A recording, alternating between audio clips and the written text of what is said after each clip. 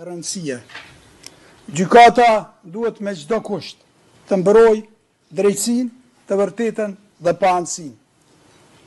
Kjo nuk është thjesht një detyrë ligjore, është kontributi i saj i madh dhe trashëgimia që do të mbetet prej kësaj gjykate.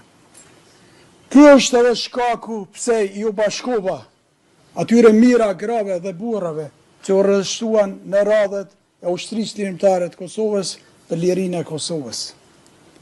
Dhe pse i kam shërbyer gjithë jetën time vendit tim, që çdo qytetar të gëzoj drejtësi dhe që bota ta njohë të vërtetën për kombin tonë. Edhe në momentet më të errta, nuk e humba kur besimin, se e drejta, e vërteta dhe liria do të triumfonin. Ka besuar gjithmonë se populli i Kosovës, si çdo popull tjetër në botë, kishte të drejtën e patjetërsueshme për të jetuar në liri dhe me dinjitet. Kam besuar se vujtjet do të merrnin fund dhe se drejtësia do të vinte edhe nëse me bonesë.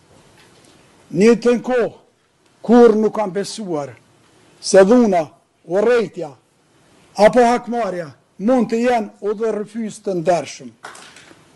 Ato shkatrojnë shpirtin e një populli, jo vetëm të viktimës. Urrejtja është vetëm një formë tjetër e robërisë. Liria nuk mund të arrihet përmes padrejtësisë. As paqja nuk mund të ndërtohet mbi krim.